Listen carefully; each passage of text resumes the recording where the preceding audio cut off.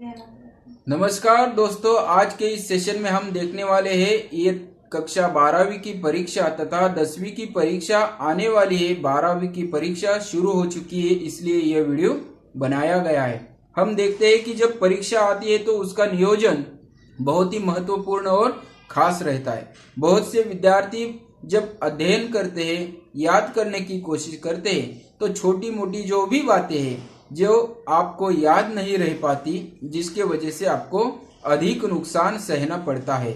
आज के इस सेशन में हम वही देखने वाले हैं, किस प्रकार से परीक्षा का नियोजन कर सकते हैं, या फिर जो पेपर का नियोजन है वो पेपर का नियोजन हम किस प्रकार से कर सकते हैं, और जो भी छोटी मोटी चीजें हम भूल जाते हैं, इन चीजों को याद दिलाने के लिए आज का ये वीडियो बनाया गया है। सबसे पहले हम देखते हैं कि जब परीक्षा आती है तो 1 से लेके 8वीं तक की परीक्षा, 9वीं तक की परीक्षा जो होती है वो संपूर्ण रूप से हमें हमारे विद्यालय में दी जाती है। इसीलिए उस परीक्षा का हमें हमारे मन में बिल्कुल भी डर निर्माण नहीं होता।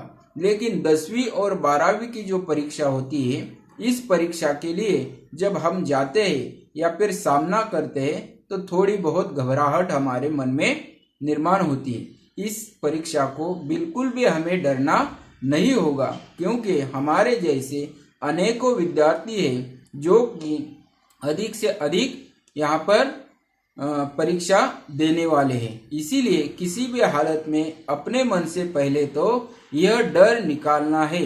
जब डर निकालोगे तो आधी लड़ाई आप सभी ने पूर्ण रूप से पार कर ली है, ऐसे आपको समझना है। अगर डर है तो यहाँ पर हमें जो लड़ाई है हमारी परीक्षा की, वह करने में थोड़ी बहुत घबराहट मन में रहेगी।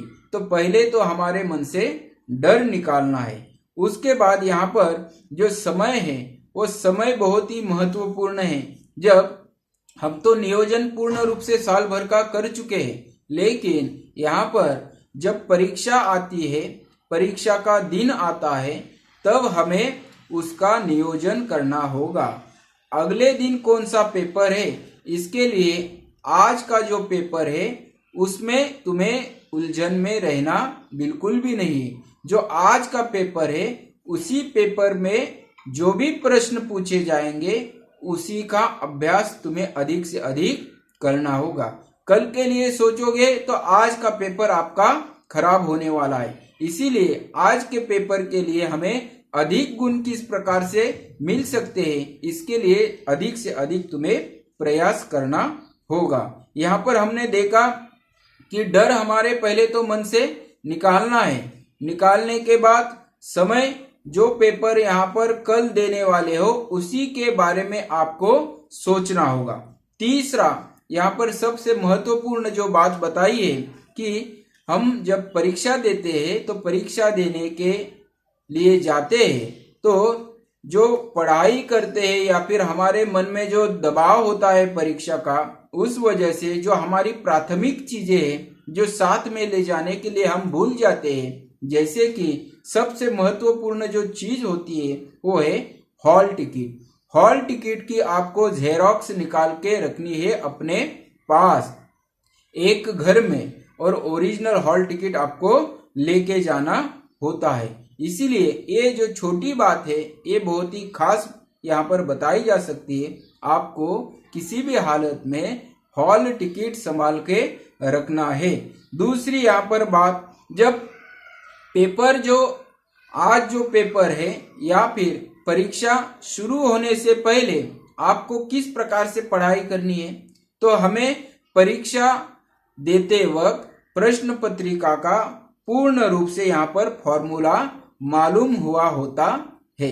तो अगर फॉर्मूला हमें संपूर्ण रूप से याद है या फिर उसके बारे में जानकारी है तो हमें बिल्कुल भी डरना नहीं है। और उससे हमें क्या लाभ होने वाला है, तो फॉर्मूला अगर याद है तो जितने भी पिछले वर्ष की हमारे पास अगर उपलब्ध होती है प्रश्न पत्रिका, तो उस फॉर्मूला के माध्यम से वे सभी प्रश्न अगर याद कर चुके, 4 या 5 साल पिछले वाली जो प्रश्न पत्रिका है अगर वो संपादन कर ली और उसमें से अगर आप लोगों ने उस प्रश्न को हल किया तो आने वाला जो पेपर है, आने वाले पेपर में जो प्रश्न पूछे जाएंगे वो लिखने में आपको किसी प्रकार की दिक्कत यहाँ पर नहीं रहने वाली। दूसरा, यहाँ पर परीक्षा देने के लिए जब जाओगे या फिर परीक्षा से पहले आपको जो भी सूत्र बताए गए हैं वे सभी सूत्र विद्यालय के माध्यम से बताए गए होते हैं। वे सभी सूत्र विशेष रूप से गणित के लिए, विशेष रूप से विज्ञान के लिए, विशेष रूप से फॉर्मूले जो अंग्रेजी के बताए जाते हैं ग्रामर के, वे तुम्हें याद करके रखने हैं।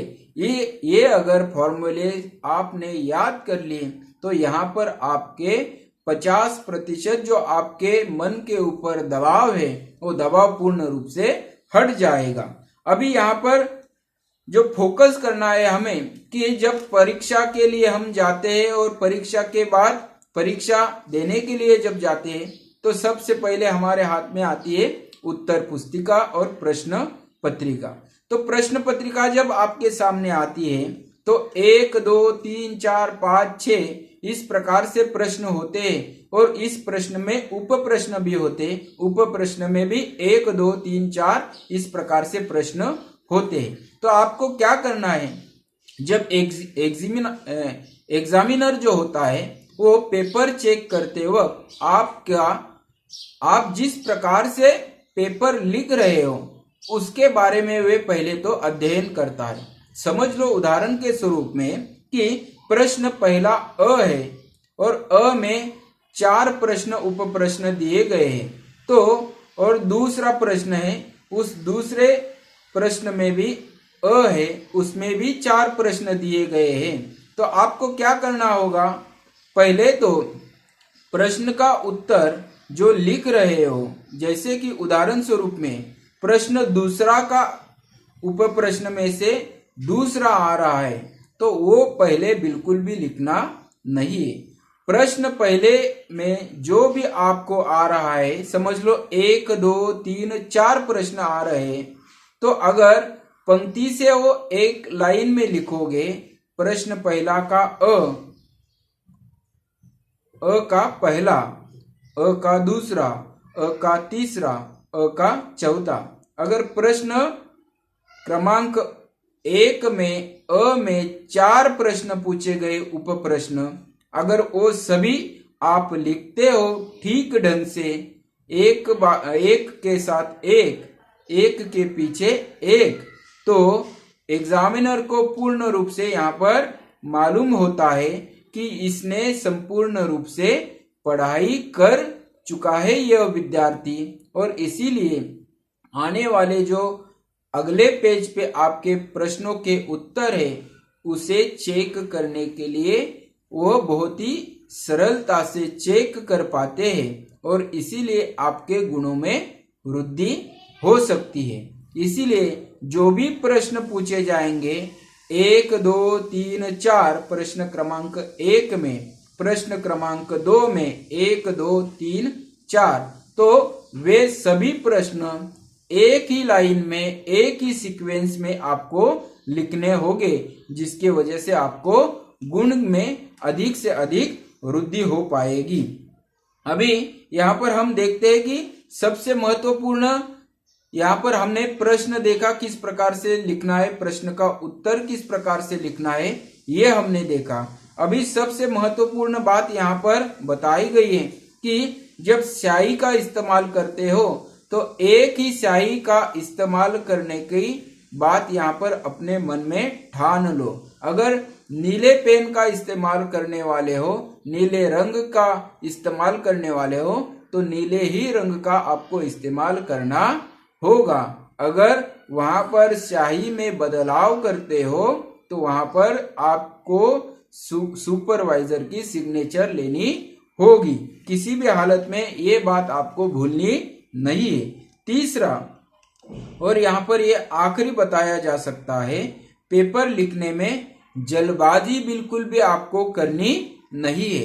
ये ज्यादा से ज्यादा मैं आप लोगों को खास करके आखिर के पेपर के लिए मैं बता रहा हूँ। जब आखिर का पेपर होता है तो सभी विद्यार्थी अपने मन में खुश होते हैं। आज का ये आखिरी पेपर है, इसीलिए यह पेपर जल्द से देने के बाद हमें छुट्टियां मिलने वाली है। लेकिन आप सभी यह ध्यान में रखें, जो आखिरी पेपर होता है वो अच्छी तरह से लिखा तो आने वाले जो दिन है वे आपके लिए सुखदायी होने वाले हैं। इसीलिए आखिर का पेपर है, इसीलिए जल्दबाजी करके जल्दी से जल्दी कुछ भी उसमें लिखकर त्वरित पेपर सबमिट करके परीक्षा हॉल से निकलने के लिए जल्दबाजी करोगे तो गुणों में आपके वृद्धि होने वाली नहीं है। इसीलिए आप सभी को विनती है कि ज्यादा से ज्यादा संपूर्ण रूप से और सदोष पद्धति से समय का पूरा उपयोग करके वे प्रश्न आपको प्रश्नों का उत्तर लिखकर आने वाली जो छुट्टियां हैं वो छुट्टियों का आनंद आपको लेना है। इस प्रकार से अगर इन बातों को आप समझ कर रखो तो या फिर समझ लो तो परीक्षा बहुत ही खास आपकी होने वाली है।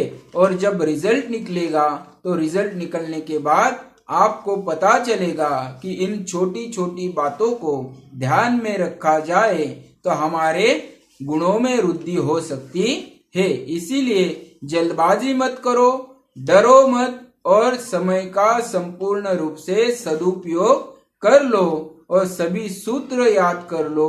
सभी प्रकार की जो यहाँ पर जो छोटी सबसे बात बताई गई है कि जब उत्तर लिखते हो तो प्रश्न पहला, प्रश्न दूसरा, प्रश्न तीसरा एक ही सीक्वेंस में आपको लिखना होगा, जिसके वजह से आपको अधिक गुण प्राप्त होने वाले हैं। अगर ये आपको जानकारी संपूर्ण रूप से अच्छी लगी होगी तो आप इस चैनल को लाइक कीजिए, सब्सक्राइब कीजिए और शेयर कीजिए।